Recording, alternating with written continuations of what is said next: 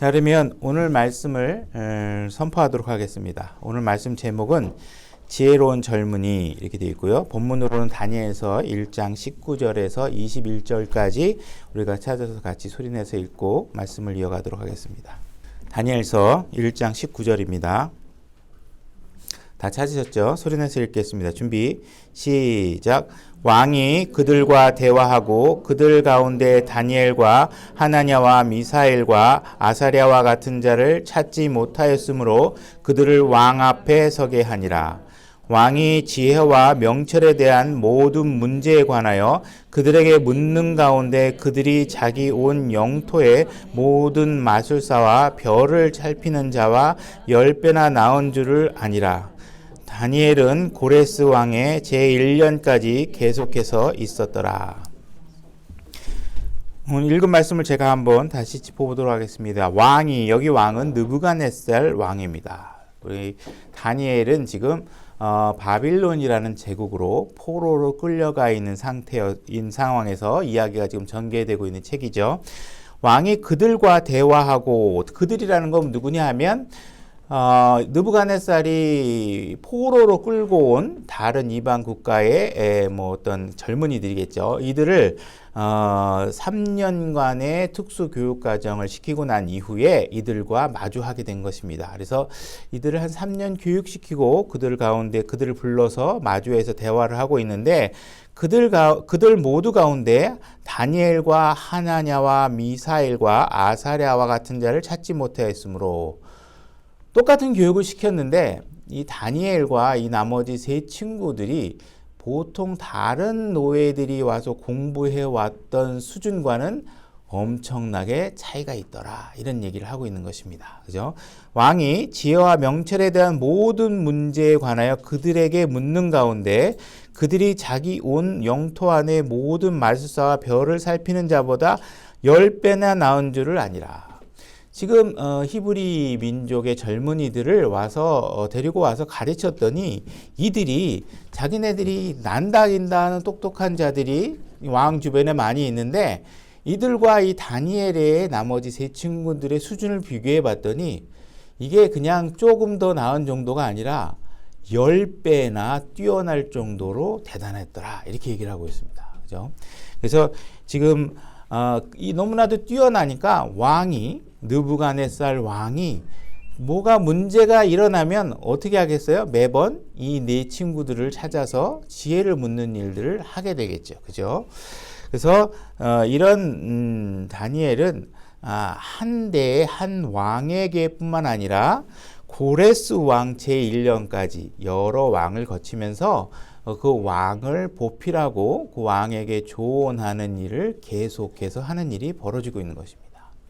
그래서 오늘 이렇게 지혜로운 한 젊은 청년과 또 나머지 그 청년들이 세상 가운데 살고 있으면서 세상 사람들이, 그죠? 이 하나님을 믿고 있고 하나님께 경배드리는 이 젊은이들에게 지혜를 묻는 일들이 벌어지고 있다는 것입니다. 그러면 여러분들은 과연 여러분들의 선 위치에서 세상 사람들로부터 여러분들은 굉장히 뛰어난 지혜를 가지고 그들에게 지혜와 어떤 조언을 해줄 수 있는 위치에 있는지, 그렇게 되기를 원하는 하나님의 말씀입니다.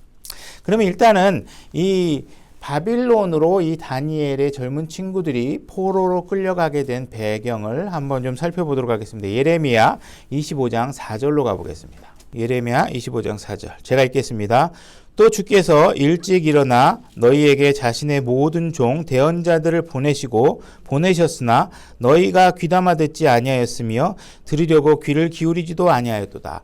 하나님께서는 지금 이스라엘 민족에게 계속 대언자를 한 번만 보낸 게 아니라 계속 여러 번 반복해서 보냄으로 인해서 그들이 자기의 말에 귀를 기울이게 하고 있다는 것입니다. 그들이 이르기를 이제 너희는 각각 자기의 악한 길과 너희의 악한 행위들을 버리고 돌아와 주께서 너희와 너희 조상들의 영원토록 주신 땅에 거하고. 하나님께서 대언자들을 통해서 그들에게 귀한 말씀들을 보내주셨고 그들이 그 말씀에 귀를 기울였다면 지금과 같이 다른 나라의 포로로 끌려가는 일은 없었겠죠. 하나님께서는 분명히 목적하는 바가 있었고 내가 준 땅에 너희들이 함께 거했으면 좋겠다 이런 마음의 원함을 가지고 백성들에게 말씀을 선포했지만 그들이 듣지 않았다는 것입니다. 6절 다른 신들을 따라가며 그들을 섬기거나 그들에게 경배하지 말고 너희 손으로 만든 것들로 내 분노를 일으키지 말라. 그리하면 내가 너희를 해하지 아니하리라 하였도다. 주가 말하노라. 그럼에도 너희가 내 말에 귀를 기울이지 아니하고 너희 손으로 만든 것들로 내 분노를 일으키니 너희 자신을 해하였느니라. 그죠? 이들은 지금 하나님께서 계속 경고의 말을 보내고 우상을 섬기지 말게 하고 하나님 말씀대로 거룩하게 구별된 삶을 살게 하기를 원하셨지만 이들은 그 주님의 말씀을 전혀 귀담아 듣지 않고 계속 불순종하는 일을 함으로 인해서 어떻게 해요? 자기 자신에게 해를 가하는 일을 계속하고 있다는 것입니다. 이것은 그들이 불순종함으로 인해서 하나님이 징계로 그들을 해를 가했다라는 측면이 아니고 실제로 그들은 하나님 말씀을 들으면 거룩하고 성별되고 주님과 깊은 교제 속에서 있을 수 있는데 죄를 지음으로 인해서 그 죄에 대한 대가로 자기들을 괴롭히는 일들이 벌어지고 있는 것입니다. 8절 그러므로 만군의 주가 이같이 말하노라 너희가 내 말을 듣지 아니하였은즉 이렇게 되어 있습니다. 이들이 포로로 끌려간 이유는 그들이 사실은 착한 일을 많이 안 했기 때문이 아닙니다. 그들이 안 한 결정적인 이유는 주님의 말씀을 듣지 않았기 때문에 그래요. 하나님의 말씀. 그죠? 우리는 끊임없이 죄를 지었기도 하고 잘못을 하고 결함 없이 살 수 있는 방법은 없죠. 우리는 계속 죄를 짓습니다. 그렇지만 우리가 계속 그 죄에서 돌아오고 회개하고 하나님 앞에 돌아서고, 그죠?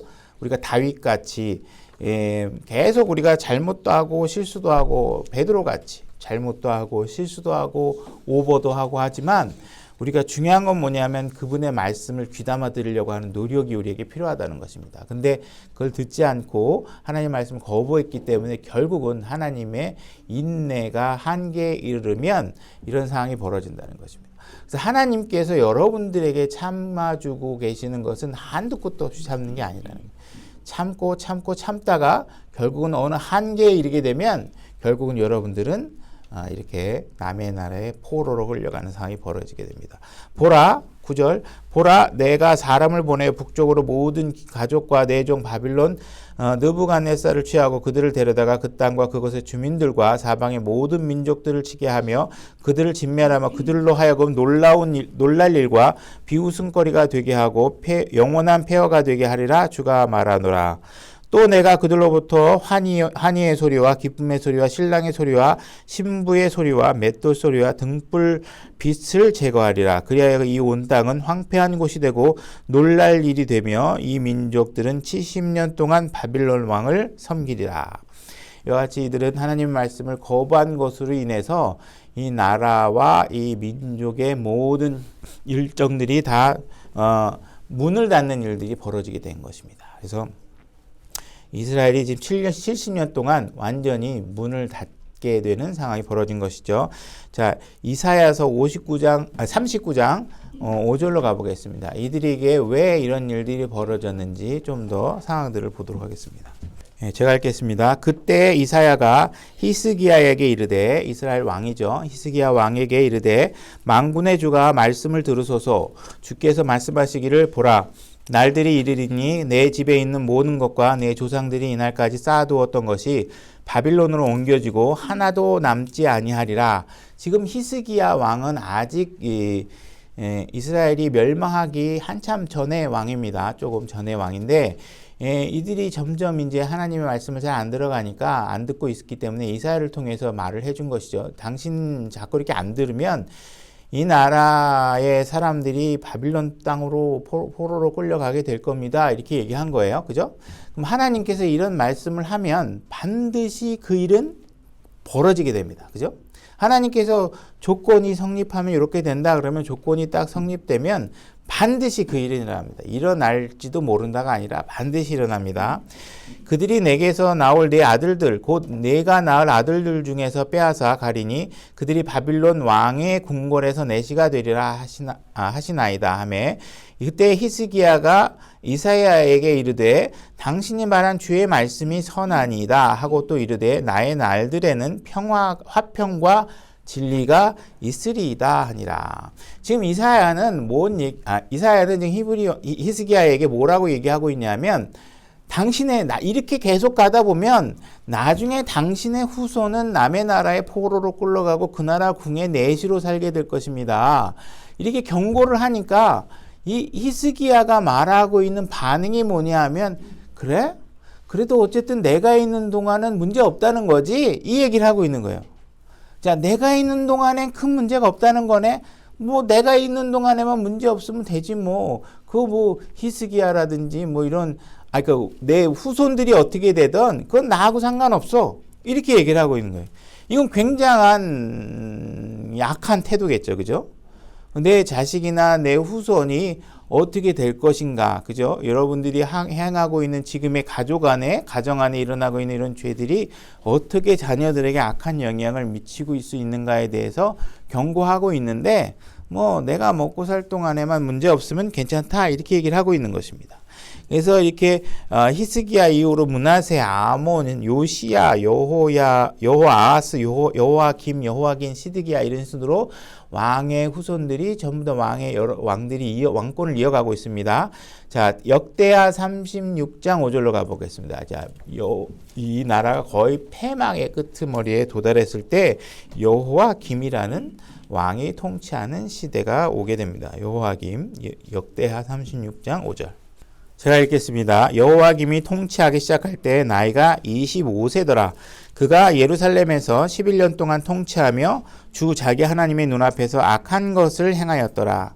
바빌론 왕 느부갓네살이 그를 치려고 올라와서 족쇄로 그를 결박하여 바빌론으로 잡아가고, 느부갓네살이 또 주의 집의 기구들을 바빌론으로 가져다가 바빌론에 있는 자기 전에 두었더라.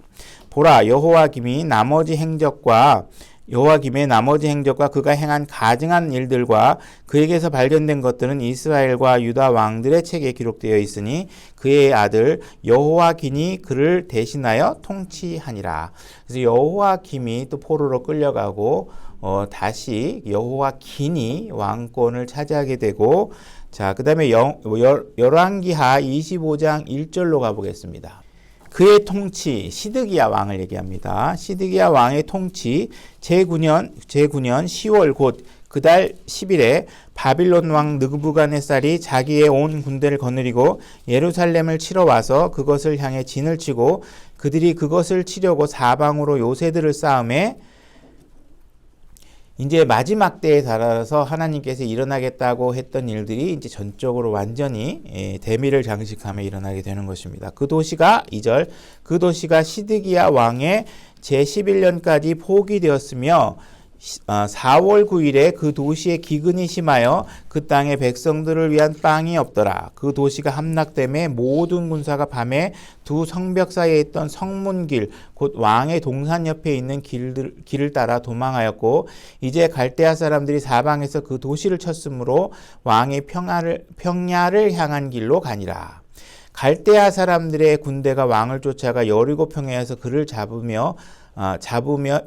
그의 온 군대가 그를 떠나 흩어지니라. 왕이 군대가 도망가다가 붙잡힌 겁니다. 이에 그들이 왕을 잡아 리블라에 있던 바빌론 왕에게 데리고 올라가매 그들이 그를 심판하고 시드기야의 아들들을 그의 눈앞에서 죽이며 시드기야의 눈을 빼고 노쪽새로 그를 결박하여 바빌론으로 끌고 가니라. 지금 마지막에 이 처참한 상황은 마지막 이스라엘 왕이 도망가다가 붙잡혀서 와가지고 재판을 받고 어떤 상황이 벌어지냐.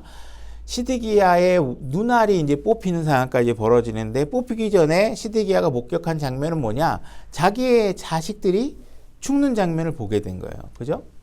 분명히 이것은 우리가 이런 결과를 분명히 히스기야 왕 시대에 이미 이사야 대언자를 통해서 여러 대언자를 통해서 경고를 해왔는데, 이들이 나만 안 그러면 돼, 그리고 설마 그런 일이 일어나겠어 뭐 등등 이런 식의 생각을 가지고 방치하다가 하나님의 말씀을 외면하다가 결국은 이런 상황이 벌어지게 된 것이라는 것입니다. 그래서 바빌론 왕은 자기의 힘을 과시하기 위해서 시드기야의 왕의 눈을 뽑고 그를 족쇄를 걸어서 자기 나라로 지금 포로로 끌고 가게 되는 것입니다. 그래서 이렇게 이런 상황이 벌어짐으로 인해서 뭔가 이런 상황을 벌어짐으로 인해서 자기네들이 설마 했던 일들이 결국은 다 벌어지고 처참한 결과가 벌어지게 된 것입니다. 그래서 뭔가 나에게만 나쁜 일이 벌어지지 않으면 어떻겠어? 뭐 나만 편안하면 되지 했던 이 결국은 이렇게 한 왕조를 완전히 이 왕국을 무너뜨린 일들이 벌어지게 된 것이죠. 열왕기 28절 이어지는 거네. 8절로 제가 다시 읽겠습니다. 바빌론 왕 곧 느부갓네살 왕의 제19년 5월 곧 그 달 7일에 바빌론 왕의 신하인 호위 대장 느부사라단이 예루살렘에 이르러 주의 집과 왕의 집을 불태우고 예루살렘 모든 집과 모든 위대한 자의 집을 불태우며 또 호위 대장과 함께한 갈대아 사람들의 온 군대가 예루살렘 성벽을 사방에서 허니라. 예루살렘 도시가 다 함락되고 있는 것이죠. 또 이제 도시에 남아있던 백성의 남은 자들과 바빌론 왕에게 항복한 자들과 무리의 남은 자들은 호위대장 느부사라단이 사로잡아 갔으나 호위대장이 그 땅에 가난한 자들을 남겨두고 또한 포도원을 가꾸는 자와 농부가 되게 하니라. 이와 같이 도시가 무너지고 성벽이 무너지고 성전이 무너지고 백성들이 사라지고 왕의 눈이 뽑히게 되고 다니엘과 그 가운데 네 친구들은 포로로 함께 끌려가고 바빌론으로 끌려가는 일이 벌어지게 되는 것입니다. 그래서 이와 같이 다니엘과 세 친구가 바빌론의 포로로 끌려간 상황의 배경을 이렇게 살펴봤고요. 우리가 다시 다니엘서 1장 5절로 가보겠습니다. 지금 다니엘은 이와 같이 처참한 상황을 겪고 거기다가 남의 나라 포로로 끌려와서 그들의 교육을 받고 있는 상황에 놓여 있습니다. 다니엘서 1장 5절 또 왕이 지정하여 그들에게 왕의 음식과 왕이 마신 포도주에서 날마다 필요한 양식을 주어 이렇게 3년 동안 그들을 양육하였으니 이것은 3년이 끝난 뒤에 그들이 왕 앞에 서게 하려 함이었더라. 이제 이들 가운데 유다 자손에 속한 다니엘과 하나냐와 미사엘과 아사랴가 있었는데 내시들의 통치자가 그들에게 이름을 주었더라. 새로운 이름을 주는 것입니다. 이들에게 그가 다니엘에게는 벨드사살이라는 이름을 주고 하나냐에게는 사드락, 미사엘에게는 메삭, 아샤랴에게는 아벳느고라는 이름을 주었더라. 지금 이 네 명의 청년이 바빌론에 끌려와서 이들이 과거 하나님과 관련된 흔적들을 완전히 차단당하고 있는 상황이 벌어지고 있는 것입니다. 그들에게는 그들이 하나님께서 살게 했던 도시가 있었지만 그들의 불순종으로 인해서 도시는 완전히 폐허가 되고 그들은 그곳으로 다시 돌아갈 수 없는 상황이 되었고 하나님께서 그들에게 거룩한 산 시온산을 주었지만 더 이상 그들은 그 산에 올라갈 수 없는 상황이 되어 있습니다. 그들에게 성전과 제단을 주었지만 그 성전과 제단은 이미 다 망가지고 폐허가 되어서 더 이상 그들은 하나님을 경배하거나 하나님께 희생물을 드리는 일을 더 이상 할 수 없게 된 것입니다. 이제 그들에게 남아있는 것이라고 하면 그들의 정체성을 알려주고 그들의 조상이 누구인지를 알 수 있게 해주는 그들의 이름뿐이 남아있는 것이 없었는데 이제 이 바빌론에선 이 이름마저도 그들의 기억 속에서 사라지게 하기 위해서 새로운 이름을 주고 있는 것입니다. 우리나라 같은 경우에는 뭐 창씨개명 이런 거 하면 금방 이해가 되죠. 그죠? 다른 나라에 속국이 되면 자기 나라 이름을 갖지 못하게 되는 상황이 벌어지는 것입니다. 그래서 다니엘이란 원래 이름은 하나님은 나의 심판자이다 이런 뜻인데 그에게 벨드사살이라는 이름을 줍니다. 이 벨드사살이라는 이름의 뜻은 바빌론 사람들이 우상으로 섬겼던 신의 이름인 벨의 왕자 뭐 이런 뜻입니다. 그래서 하나님과 관련된 이름이 이방 신과 관련된 이름으로 바뀌고 있는 것이에요. 하나냐라는 이름이 있는데 이것은 여호와께서 은혜를 베푸시는 분이다라는 뜻인데 사드락이라는 이름을 줍니다. 이 사드락이라는 이름은 태양의 신으로부터 영감을 받아 조명을 받았다는 뜻입니다. 미사엘이라는 이름은 하나님과 같은 자는 누구인가라는 의미인데 메삭이라는 이름을 받게 되는데 이 이름의 의미는 바빌론의 우상인 샥, SHAK, 샥과 같은 자가 누구인가라는 의미라는 거예요. 아사랴라는 이름을 갖고 있었던 한 청년은 이 아사랴의 이름은 여호와께서 도우신다 이런 뜻인데 아벳느고라는 이름을 받게 됩니다. 아벳느고라는 이름은 느고를 섬기는 자라는 의미입니다. 이들은 하나님과 관련된 이름을 갖고 있었던 네 청년은 이방신과 관련된 이름으로 전부 다 바뀌게 됩니다. 네 명의 이름을 전부 다 바빌론 신을 이름을 붙여서 새로운 이름을 준 것이죠. 그래도 이제 그 흥미로운 것은 이 다니엘서를 보게 되면 한 번 더 다니엘을 우리가 그 새로 이름을 준 이름 뭐죠? 벨드사살이란 이름으로 부른 적은 없습니다. 단지 수식어로 주죠. 이렇게 뭐 벨드사살이라는 다니엘 이렇게 해가지고 최종적으로 다니엘이라는 이름을 사용하고 있지 벨드사살이라는 이름으로 성령님도 책의 저자도 하나님도 그를 그렇게 부르지 않으셨다는 것입니다. 그래서 세상은 여러분들을 바빌론 땅으로 끌고 들어가서 아니면 오늘날 우리가 신약 성도들에게 비유한다면 여러분들을 교회 밖으로 나가서 여러분들이 세상 사람들과 어울리게 될 때는 세상 사람들을 여러분들이 하나님과 관련된 흔적들을 완전히 제거한 상태로 그들과 어울리기를 원하게 됩니다.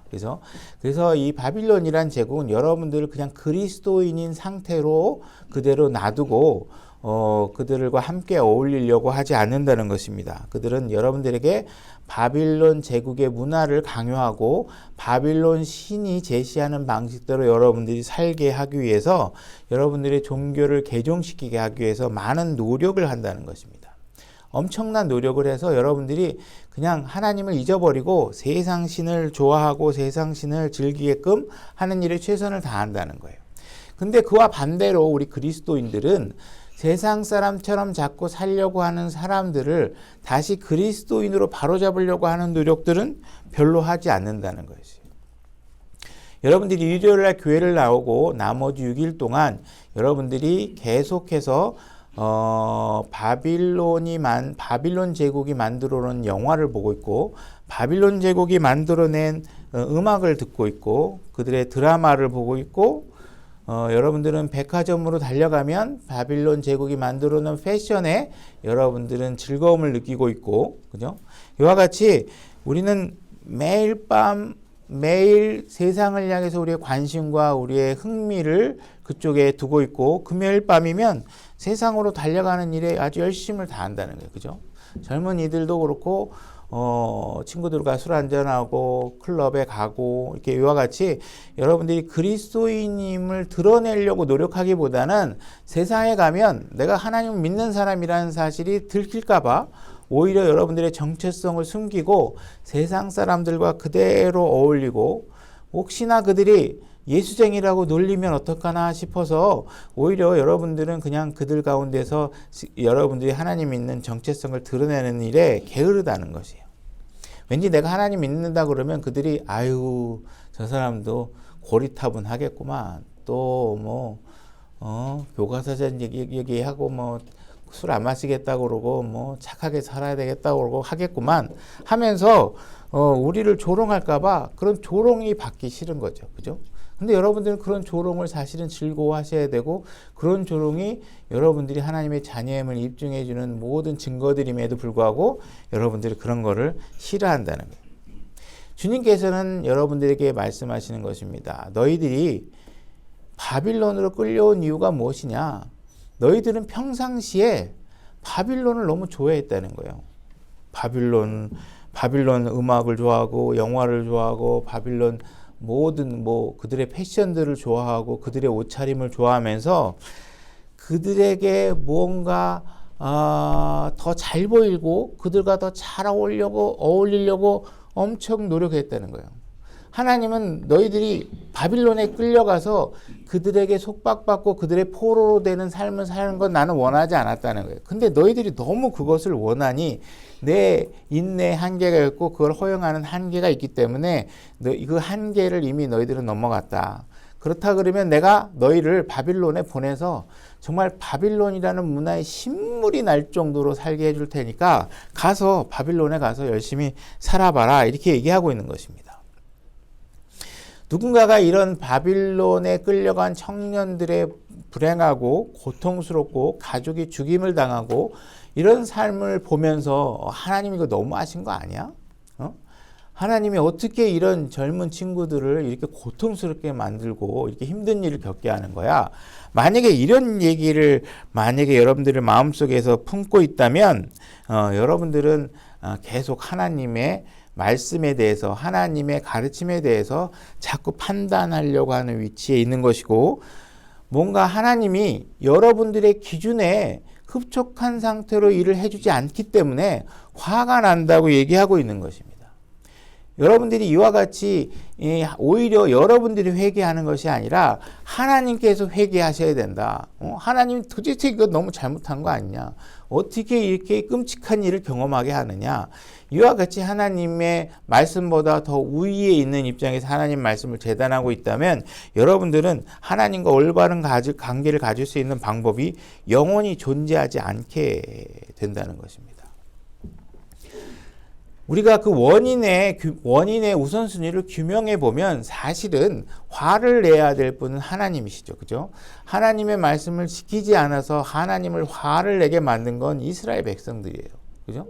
그들이 먼저 잘못을 했고 하나님은 그들의 잘못으로 인해서 그들이 해를 입고 결국은 바빌론의 포로로 끌려가는 상황이 벌어지지 않기 위해서 많은 대언자들을 보내서 그들의 삶을 바로잡게 하려고 노력했지만 그들이 거부했고 그들의 악행을 계속 끊임없이 인내를 가지고 쳐다봐야 했던 사람은 하나님이시기 때문에 하나님이라는 분을 여러분들이 무시했던 그 결과로 해서 벌어진 것이기 때문에 오히려 하나님이 화를 내야 되는 것이죠. 그죠? 근데 사람들은 자꾸 사람의 편에 서서 하나님을 바라보고 자기의 지식으로 하나님을 판별하려고 한다는 것입니다.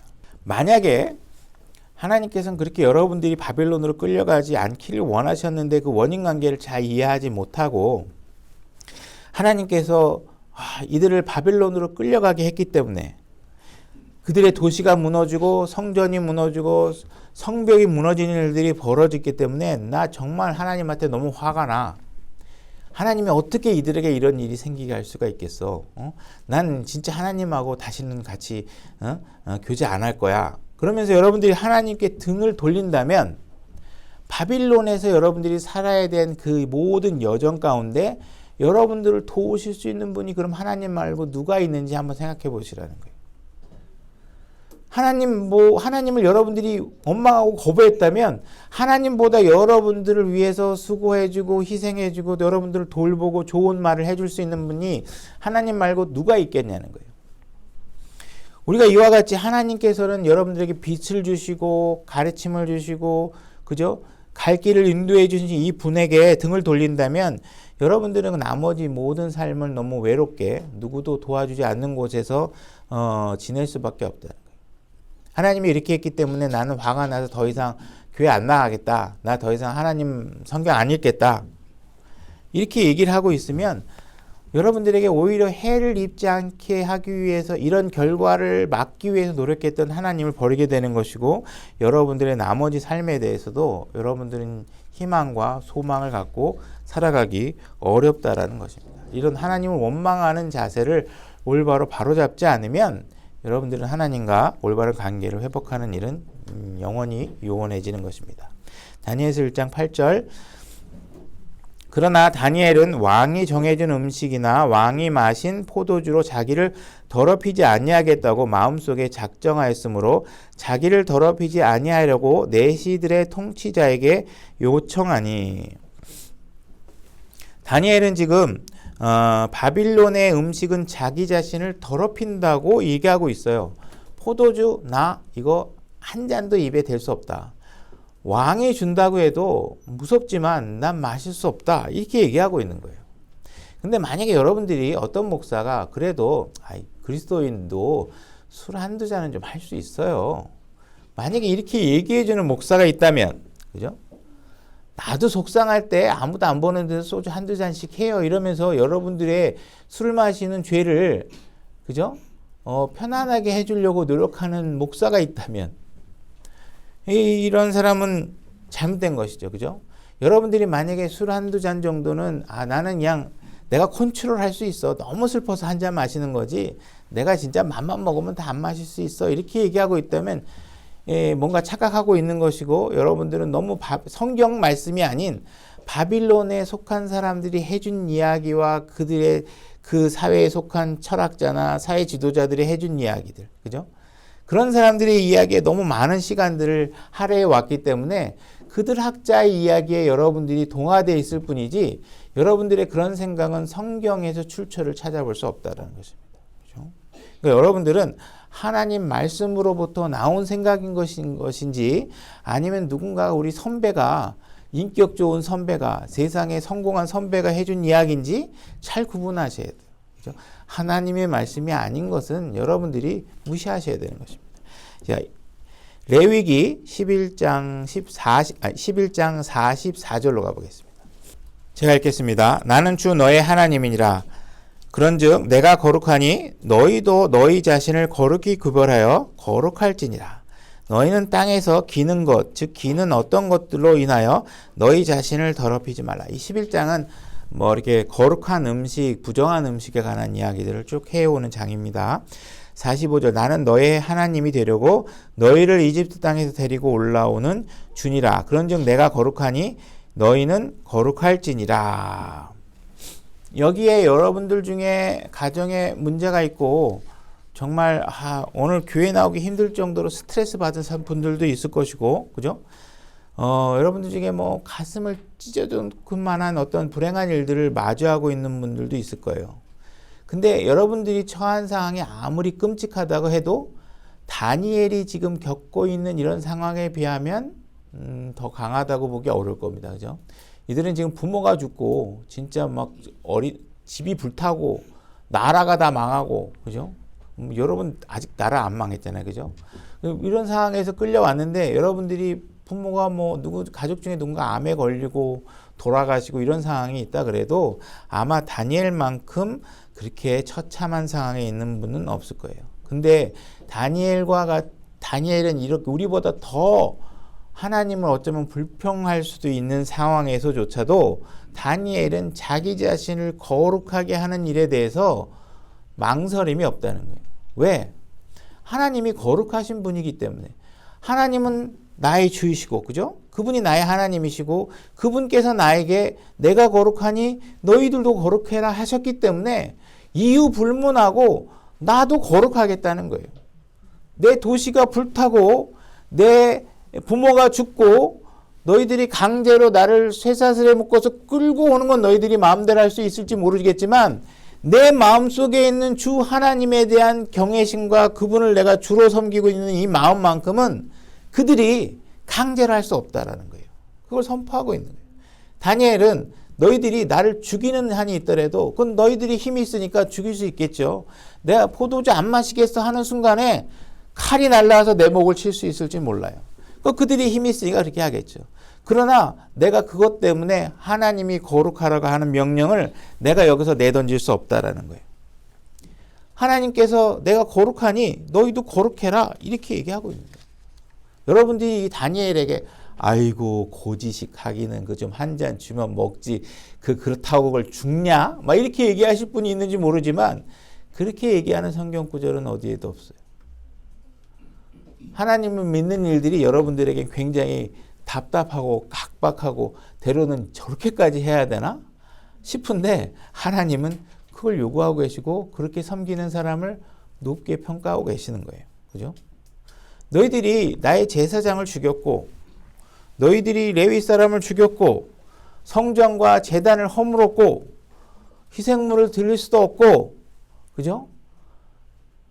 내가 지금 너희들이 모든 것을 하나님과 관련된 것을 다 허물어서 내가 더 이상 만약에 여러분들이 교회가 문이 닫혀서 교회 나갈 수도 없고 이런 상황이 벌어진다고 해도 내가 서 있는 이곳에서 나를 거룩하게 하는 일을 계속하겠다는 거예요. 그죠? 지금 다니엘은 자기 자신을 거룩하게 구별하는 일에 관해서만큼은 장소 불문하고 어떠한 위협 속에서도 멈추지 않고 하겠다는 거예요.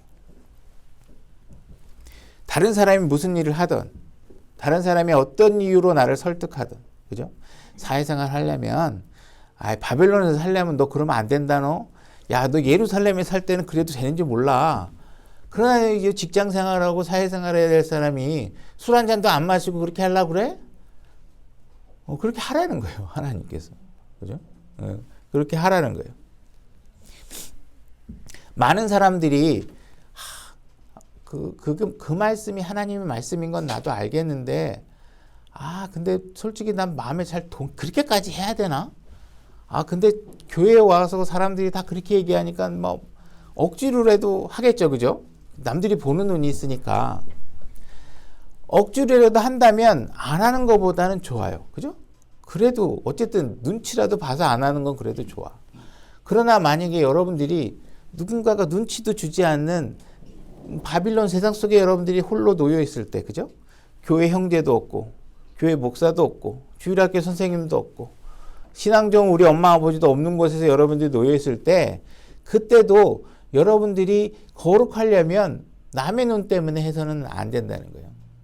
그렇게 해서는 거룩하게 구별될 수가 없잖아요, 그죠? 다니엘에겐 지금 잔소리해주는 엄마 아버지도 없고, 지금 제사장도 없고, 그죠? 지금 누군가 감시하는 신앙 친구들도 없어요. 그죠? 거기는 술만 마시면 술 마신다고 해도 아무 문제 없고 오히려 그들이 환영할 만한 사람들로만 주변에 둘러싸여 있어요. 그런데도 다니엘은 지금 자기가 나를 거룩하게 하는 일에 있어서만큼은 타협하지 않겠다는 거예요. 만약에 오늘날 이 사회에서 누군가 이런 자세를 취하고 있으면 여러분들이 얼마나 깝깝해 보이겠어요. 그죠? 답답해 보이고 그냥 마셔 뭐 안 죽어 뭐 이렇게 하면서 근데 지금 다니엘은 그렇게 하고 있는 거예요. 그러니까 여러분들이 분명히 교회 안에 있을 때는 그래도 여러분들이 눈치도 보고 목사님 눈치도 보고 교회 다른 형제들 눈치도 보고 이러면서 여러분들을 그래도 뭔가 거룩하게 보내려고 신용을 하겠지만 아무도 믿는 사람이 없는 여러분들이 세상 속에 놓여 있을 때 믿지 않는 사람들로 둘러싸이는 학교나 직장이나 아무도 없는 지하철이나 등산로에서 여러분들이 홀로 가다가 여러분들이 그런 곳에서 자기 자신을 거룩하게 하는 일을 방심하고 있지는 않은지, 그죠? 지금 다니엘은 어느 곳에서도 방심하고 있지 않다는 거예요.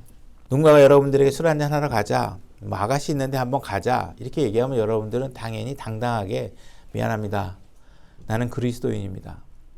내가 믿고 있는 하나님께서 그 일을 금하고 계십니다. 그렇게 하고 여러분들을 거룩하게 구별하셔야 된다는 거예요.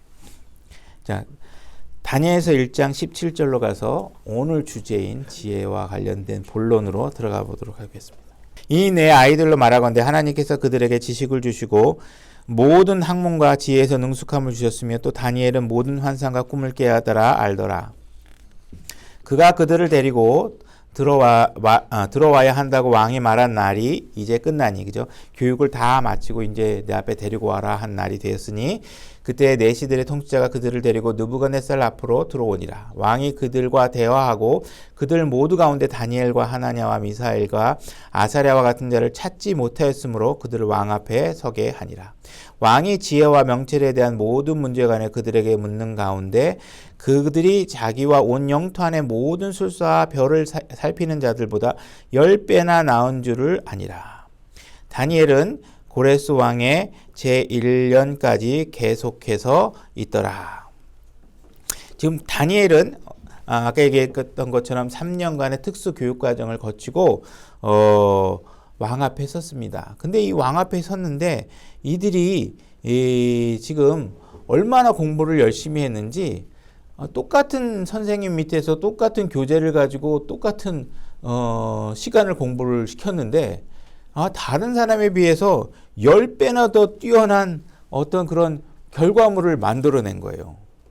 이들이 이렇게 또 10배나 뛰어난 결과물을 만들어낸 것은 그들이 난 도대체 뭐 이렇게 하나님께서 말이야 나를 이렇게 부모들 죽이게 하고 나를 포로로 끌려오게 하고 이런 불평하는 마음이 그 안에 있었다면 이렇게 공부에 열심을 해서 할 수 있었겠냐는 거예요. 그렇지 않았다는 거예요. 그들은 주어진 상황 속에서 누구보다 더 열심히 공부를 해서 남들보다 뛰어난 결과를 가져왔더니 결과가 어떤 일이 벌어지느냐? 나라를 운영하는 위치에 그들이 놓이게 된다는 거예요. 그리고 왕을 조언하는 위치에 놓이게 되는 거예요. 바빌론에 살면서 바빌론이 정한 규칙과 바빌론이 정한 법대로 살아가다가 여러분들이 그들보다 뛰어난 결과를 가지고 뛰어난 위치에 갖게 되면 여러분들은 어떤 능력이 생기냐면 바빌론의 법을 바꿀 수 있는 위치가 돼요. 여러분들이 만약에 진짜 해가지고 국회의장이 돼서 법안이 상정되면 야 이거 하나님과 일치하는 법이네 이러고 통과시킬 수 있는 위치가 되잖아요. 그죠? 그러니까 여러분들이 남이 시키는 대로만 사는 것보다는 뭔가 뛰어난 능력을 가지고 이 세상을 변화시키는 위치에 갈 수 있으면 그래도 조금 더 나은 위치가 될 수 있겠죠. 그죠? 이와 같이 사람들이 자기가 주어진 환경 속에서 공부를 최대한 열심히 해서 좋은 결과를 갖게 되면 그 바빌론에서 있는 왕들이 그들의 조언을 듣고 자기 옆에 놓고 그들의 조언을 구하려고 하는 일들을 계속 한다는 거예요. 그를 자꾸 찾는 일이 된다는 거예요. 만약에 다니엘이 만약에 불편하고 아니 내 부모를 죽인 이 나라를 위해서 내가 어떻게 이들이 가리키는 공부를 할 수 있단 말인가. 어떻게 내 부모를 죽인 왕을 내 왕으로 섬기고 이 나라에서 할 수 있다는 말인가. 이러면서 뭔가 막 그냥 다른 불평을 만약에 하게 된다면 그죠? 이들이 이 느부갓네살 왕이 다니엘을 통해서 야 내가 여태까지 데리고 있던 뭐 점성술사 마술사 얘네들이 진짜 뭐 똑똑한 애들인 줄 알았는데 다니엘을 보니까 아이고 이건 뭐 이게 10명 갖다 놔도 다니엘 하나가 안 되네 뭐 이런 상황을 어떻게 깨닫게 해주겠냐는 거예요. 하나님의 백성이 누구보다도 더 뛰어나다는 사실을 그들에게 어떻게 알려줄 수 있냐. 하나님이 주시는 말씀의 지혜가 다른 누구보다도 더 10배 이상 뛰어나게 해줄 수 있다는 사실을 그들이 어떻게 알게 해주냐. 어떻게 느부갓네살 왕이 당신의 하나님이 진짜 하나님이라고 그 앞에 무릎을 꿇게 하는 일들이 어떻게 벌어질 수 있겠냐는 거예요. 이들을 3년 전에 가리키기 시작하면서 큰 기대 안 했겠죠. 그죠? 근데 똑같은 사람들을 이렇게 교육시켜 놔가지고 봤더니 와, 이 대단한 실력을 갖게 된다는 거예요.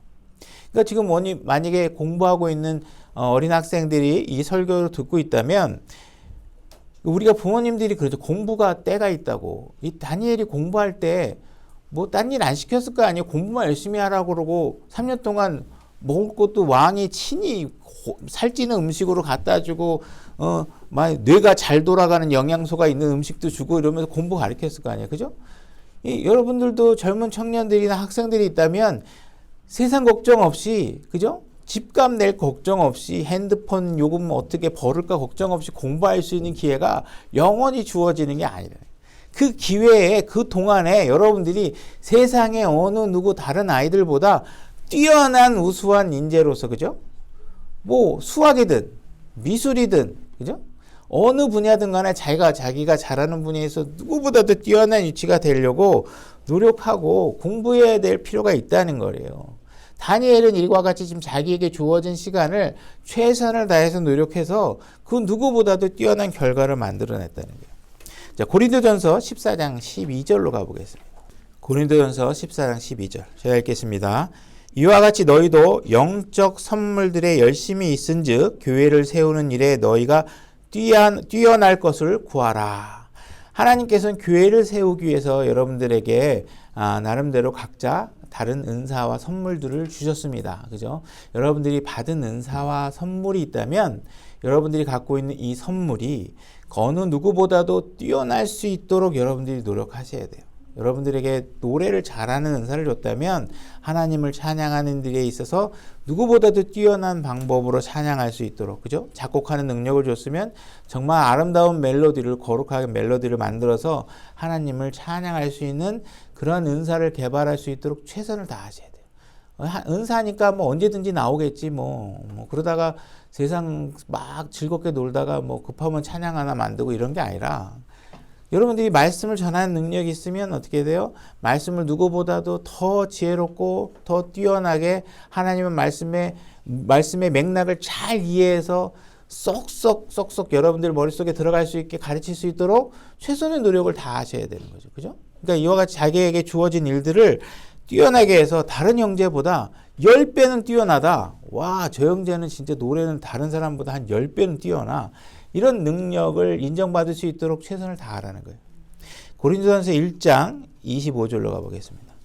고린도전서 1장 25절입니다. 읽겠습니다. 하나님의 어리석음이 사람들보다 지혜롭고 하나님의 약함이 사람들보다 강하니라. 형제들아, 너희를 부르신 것을 너희가 보거니와 부르심을 받은 자로서 육체를 따라 지혜로운 자가 많지 아니하고 강한 자가 많지 아니하며 고귀한 자가 많지 아니하도다. 그러나 하나님께서 지혜로운 자들을 당황하게 하려고 세상의 어리석은 것을 택하시고 하나님께서 강한 것을 당하게 하시려고 세상의 약한 것들을 택하시며 하나님께서 있는 것들을 쓸모없게 하려고 세상의 천한 것과 멸시받는 것들을 택하시고 참으로 없는 것들을 택하셨나니 이것은 어떤 육체도 자신 앞에서 자랑하지 못하게 하려 하십니다. 여기서 뭐 26절 말씀이나 우리가 이런 것들을 볼 때 하나님께서 마치 그 부르심 하나님께서 누군가를 부를 때는 세상에서 강한 자가 아니라 세상에서 약한 자를 택하시고 하나님께서 지혜로운 자가 아니라 지혜롭지 않은 자를 택해서 교회에 모아놓은 사람들은 다들 좀 삐리삐리하고 바보스럽고 멍청한 사람들만 교회에다가 불러오는 게 아닌가 이런 생각으로 이 말씀을 이해하시면 안 돼요. 이거는 그냥 하나님께서 갖고 있는 세상의 관점에서 지혜를 얘기하는 것이지 여러분들은 하나님 안에 들어오면 여러분들의 지혜를 최대한으로 활용해서 세상 사람보다도 더 뛰어난 능력을 발휘하도록 노력하셔야 돼요. 그죠? 그러니까 세상 사람들은 빌 게이츠가 세계 최고래. 근데 나중에 봤더니 빌 게이츠는 지옥에 가고 여러분들은 하늘나라에 갔어. 그럼 여러분들은 핸드폰 버튼도 어떻게 누르는지 모르는데 하나님 보시기에는 나보고 더 똑똑하대. 그게 지혜 하나님 보시기에, 그죠? 우리 세상 사람들은 빌 게이츠가 똑똑한 것 같은데 어떻게 막 스마트폰은 컴퓨터를 만들고 그죠? 이런 것들을 만들고 하는 사람들을 보면 컴퓨터 만들고 하는 사람들 보면 와, 저 사람 진짜 똑똑하다는데 하나님 보시기에는 아니야. 걔는 지옥에 가 그냥 버려. 그 바보야. 너는 컴퓨터 버튼도 잘 독수리 타법으로 치지만 네가 더 똑똑해. 이렇게 그 관점에서 얘기하는 것이지 여러분들이 하나님을 믿고 난 이후에 성경 말씀을 공부하는 데 있어서라든지 이랬을 때 누군가가 복음을 전할 때 영업사원은 나가서 자기가 갖고 있는 제품에 자신감을 가지고 이 정수기를 마시면 몸에 노폐물이 사라지고 해가지고 나가서 100대씩 팔아오고 있는데 복음을 전하는 사람은 이게 진짜 구원 받나? 그러면서 억지로 가서 복음 전화가지고 제대로 못 전하면 안 되잖아요. 그죠? 그 사람이 영업사원보다 10배는 더 뛰어나셔갖고 그 사람이 10대의 정수기를 팔 동안 여러분들은 한 100명의 혼을 구해올 수 있는 능력을 가지시라 이거예요. 그렇게 하셔야지. 그렇게 안 하시면 그렇게 세상에 지혜로운 사람을 놔두고 약한 사람을 고르고 이렇게 했다니까 교회에 오면 너무 멍청한 사람들만 다 모아놓은 게 아닌가 이런 식으로 잘못 이해하시면 안 된다는 거예요. 교회 안에도 뛰어난 작곡가가 필요하고 뛰어난 찬양을 하는 사람이 필요하고 그죠? 뛰어난 설교자가 필요하고 다 하다는 거예요. 그러니까 만약에 여러분들이 특히 교회 이제 목사나 이런 성도들 중에서 하나님에 대한 열정은 되게 뛰어난데 이 재정이라든지 이런 사회적 통념이나 이런 감들이 뒤처져 가지고 잘 판단을 못 하시는 분들이 있다 이거예요. 예를 들어서 지금 교회가 운영되고 있는데 사람들이 성금을 지금 얼마 하는지, 임대료가 얼마 나가는지, 그죠? 한 달에 교회에서 소모되고 있는 여러 가지 운영 비용이 얼마나 돌아가는지 이런 것들을 잘 이해하지 못하면서 만약에 좋은 카메라가 필요하다고 얘기하거나 좋은 앰프가 있어야 된다고 얘기하거나 간판이 좀 멋있는 게 있어야 된다고 얘기하고 있으면 이게 좀, 아니면 또 예를 들어서 뭐 성도가 좀 많아졌으니까 뭐 일단, 이사 갑시다. 뭐 좋은 데 더 큰 데로 갑시다. 막 이렇게 주장을 막 하잖아요. 그러면 정말 우리가 더 좋은 카메라를 가지면 아니면 좋은 앰프를 가지면 과연 들어가는 비용은 얼마고 그걸 운영하기 위해서 필요한 인력은 얼마가 되고 그죠? 이런 거에 대한 입체적인 개념이 없이 그냥 믿습니다 하면 되는 거지. 하나님을 그 능력을 무시하냐? 돈이 없냐? 그러면 막 돈이 안 되는데 어떡하냐? 그러면 목사님 어떻게 믿음이 적으십니까? 하나님께서 주실 줄 믿습니다 하고 가면 돈이 막 생긴다고 얘기를 하고 이렇게 얘기하는 분들이 계시잖아요. 그죠? 돈이 부족하다 그러면 하나님 믿고 대출하십시오. 뭐 5천만 원 1억 그냥 대출하시면 되지 않습니까? 막 이렇게 얘기하는 분들이 있잖아요. 이런 분들이 무슨 마귀에게 속았거나 성도들을 속여서 뭐 어떻게 한탕 해먹거나 이러기 위해서 이러는 게 아니라 멍청해서 그렇다는 거예요. 멍청해서. 세상 돌아가는 이치를 모르니까 돈이 어떻게 돌아가는지 모르니까 내가 대출 받으면 어때? 내가 킹제임스 성경 믿는 믿음의 일꾼인데 하나님이 도와주지 않겠어? 이러면서 막 이런 주장을 한다는 거예요. 그러면 이게 무슨 뜻이냐 하면 이 목사가 얼마나 비성경적이고 자신이 얼마나 멍청한지를 자꾸 보여주는 거라는 거예요. 보여주는 거예요. 그죠? 이게 세상에서는 통하지 않은 일을 교회에서는 통할 거라고 생각하는 거예요. 믿으면. 그죠? 세상에 가서 수입 지출 맞춰서 경제 내가 얼마가 남는 걸 보고 계산을 하고 일을 계획하지 맨날 영업 실적이 마이너스인데 내년에 투자 계획을 막 늘릴 수 있어요? 일단 영업 실적이 플러스가 나와야 R&D 코스트도 늘리고 연구 개발비도 늘리고 하는 거지. 근데 교회에서는 전부 다 이게 앞뒤가 안 맞는데 막 믿으면 된다는 거예요. 믿음으로 해결할 일이 있고 지혜로 해결할 일이 있는 거잖아요. 근데 사람들이 전부 다 성경에 어디 돈이 생길 줄 믿습니다 하면 돈이 나온다고 하는 구절이 어디 있어요? 하나님 우리 말씀 믿는다는 거 그런 걸 믿는 게 아니에요. 이건 우리가 갖고 있는 지혜로 여러분들이 중고등학교만 잘 공부했으면 엉뚱한 소리 안 할 판단력만 있으면 할 수 있는데 자꾸 이런 기본적인 어떤 개념이 없는 거예요. 경제 개념도 없고 돈을 쓰는 것이 어떠한 결과를 갖고 오는지, 그죠? 이 대출을 받으면 이 대출을 받은 뒤에 그 돈을 갚기 위해서 어떤 일들이 진행되는지에 대한 감이 없는 거예요. 그러니까 막 믿습니다. 그리고 성도들 막 그냥 쪼아대고 이래가지고 막 하면 뭐가 된다고 생각하는 거예요. 만약에 이런 개념이 없는 사람들에게 문서 사역을 맡긴다든지, 그죠? 아니면 선교 단체를 후원한 재정 관리를 맡긴다면요. 큰 문제가 벌어지겠죠. 그죠? 막 믿음으로 해결해 막 돈은 없는데 믿습니다 하고 막 보내야 된다고 그러고 막 그러면 어떤 일이 벌어지냐? 교회가 남한테 빚진 일이 벌어지게 돼요. 그리스도인들은 하나님께서 명령하시잖아요. 사랑 위에는 빚지지 말라고 했잖아요. 그죠? 여러분들이 전도지를 만들기 위해서 인쇄소 가면 그들이 하나님 일을 하시는군요. 비용 안 받겠습니다. 이래요? 그럴 리가 없잖아요. 여러분들이 큰 인원이 막 늘어서 막 무조건 뭐 돈이 안 되는데 일단 이렇게 늘면 내년이면 한 100명 더 는다니까요.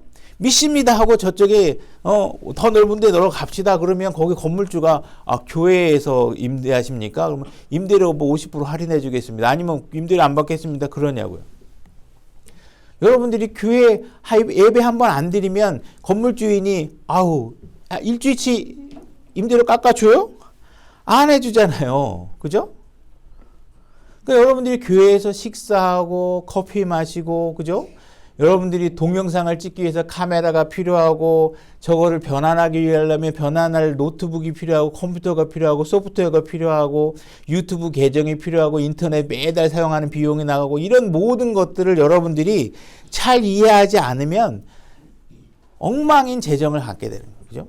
돈 없이 되는 게 어디 있어요? 다. 여러분들이 열심히 벌어서 여러분들이 필요한 만큼 교회 헌금이 이루어지고 그 돈을 가지고 교회가 운영이 되는 것이지 믿음으로 해야 될 일과 이런 건전한 사운드한 건전한 생각과 판단력으로 해야 되는 일을 막 믹싱을 해가지고 누군가가 재정 분석을 하고 그러면 형제님 믿음이 너무 없네. 막 이렇게 하면은 곤란하다는 거예요. 이거 뭐 부채도사도 아니고 뭐 그죠? 예, 이런 일들을 마치 무슨 합리적인 판단 이런 것들을 가지셔야 돼요. 지혜로우셔야 돼요. 예? 여러분들이 가져야 될 지혜와 믿음을 막 구분 못하면 안 된다는 거예요. 특히 여러분들이 지금 이 설교를 듣고 있는 분 중에 학생이 있다면 여러분들이 초등학교 5학년 때 공부한 것이요. 나중에 여러분들이 50살이 될 때까지 여러분들의 삶에 어마어마한 영향력을 미치게 됩니다. 그죠? 여러분들이 6학년 때 배우게 되는 모든 지식들은요. 여러분들이 60대가 되면 60대가 된 여러분들의 삶에 어마어마한 영향력을 미치고 있다는 사실을 알게 된다는 거예요. 여러분들이 중학교 때, 고등학교 때 공부한 것은요. 나중에 가면 여러분들이 취업할 때 어마어마한 영향을 미치게 되고 여러분들이 70살에 가서 제대로 된 판단력을 갖고 살아가는 데 있어서 많은 영향력을 미치게 된다는 거예요. 여러분들이 공부 열심히 할 수 있을 때 열심히 하라는 거예요. 성경 공부도 여러분들이 열심히 할 수 있을 때 하셔야 돼요. 여러분들이 나 이 교회 다닌 지 20년 됐어. 그런데 누가 좀 뭐 물어보려고 그러면 막 도망 다녀야 되고 제 얘기 같긴 하지만 막 도망 다녀야 되고 그러면 그거 창피하잖아요. 그죠?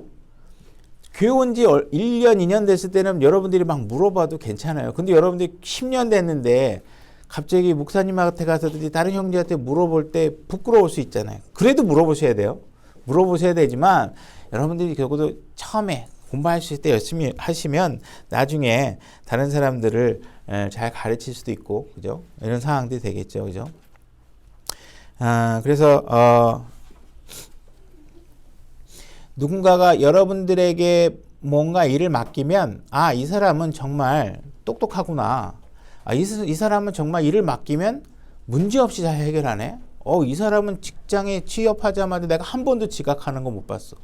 이 사람은 끝날 때 보니까 남들보다 그래도 좀 더 오래 남아서 일하기도 하고 그런데도 회사에 별로 불평도 없고 일을 맡겨놓으면 앞뒤가 깨끗하고 이렇게 해서 여러분들이 계속 열심히 잘하셔서 사장 눈에 저 사람한테 일을 맡기면 일이 잘 되는 것 같아. 이런 위치를 여러분들이 가지셔야 돼요. 그죠? 그렇게 하셔서 인정받는 사람이 되면 그리스도인으로서 잘하는 일이라는 거예요.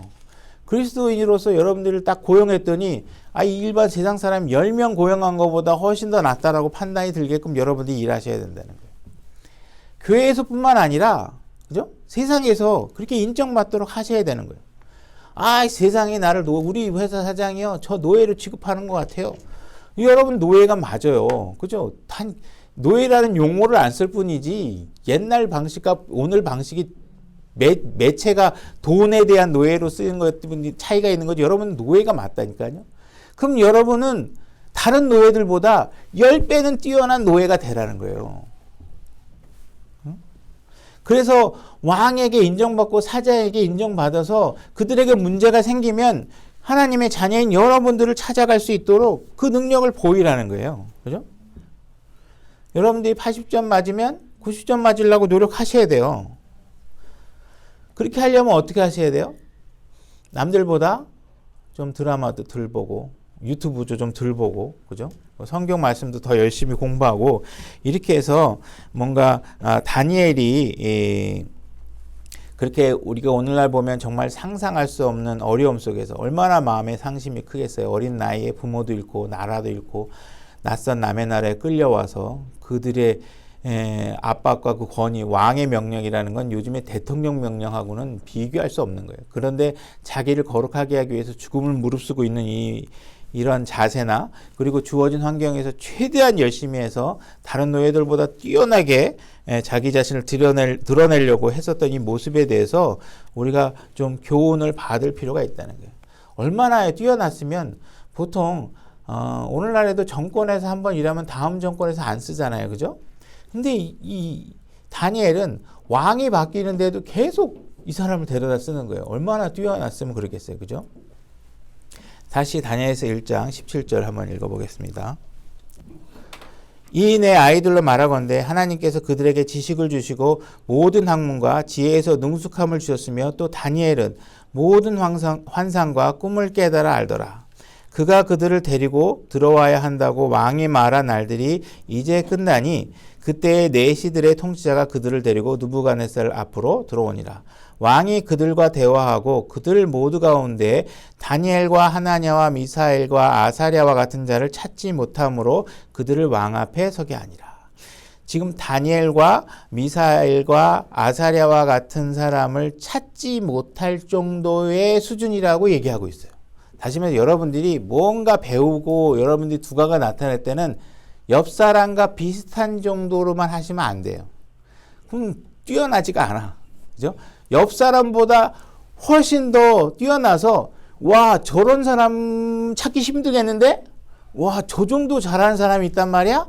이 정도가 되게 하라는 거예요. 다니엘은 그렇게 했다는 거예요. 이 다니엘과 이 나머지 세 친구들은 그 정도 수준이라는 거예요. 그러니까 남들과 똑같이 살면 그냥 남들과 똑같이 사는 정도 이상을 되기가 힘들어요. 여러분들이 그냥 남들과 똑같이 살면요, 그냥 먹고 사는 정도로만 살 수 있어요.